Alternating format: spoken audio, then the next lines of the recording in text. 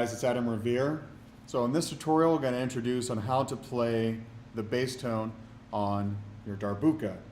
Now I'm going to refer to it as a Darbuka through this video as well as a lot of other tutorial videos instead of Doumbek or tabla. So to get a good bass tone, I'm going to introduce it to a couple different ways. One being to make sure on your hand, have it nice and cupped. You don't want it perfectly flat.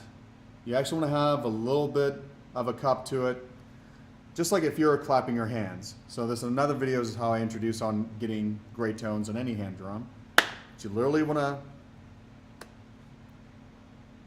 cup your palm, and that will help you shape your hand.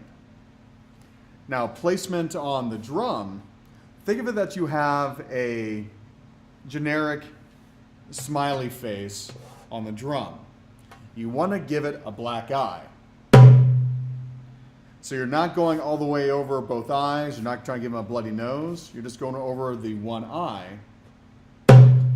hitting the drum, just like you're clapping, immediately coming off. And since we're going slow, you'll see me just using my entire arm. This allows me just to have a little bit more weight and more beef to the tone.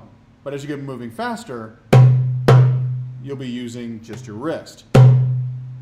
Now to showcase the placement of it, I'll turn my drum standing up. So I'm literally, if I had my fingers on the top of the drum, just kind of relax my palm, I go all the way until my palm just stops right at that curve. So as you can see, my hand is still only cupping the eye. This is where you want the print. You want it up a little bit higher. You don't want dead center. You don't want below. You just want to be just above center of the drum. And be here, not here, or down here, up here. So either A, use your arm, pivoting from the elbow, and as you get going faster, use your wrist, but make sure, keep your fingers together. The moment you relax your hands, your fingers, you're going to get that bite to it, and that's something we want to avoid at all costs, and getting a really warm bass tone. So, that's your introduction to the bass tone.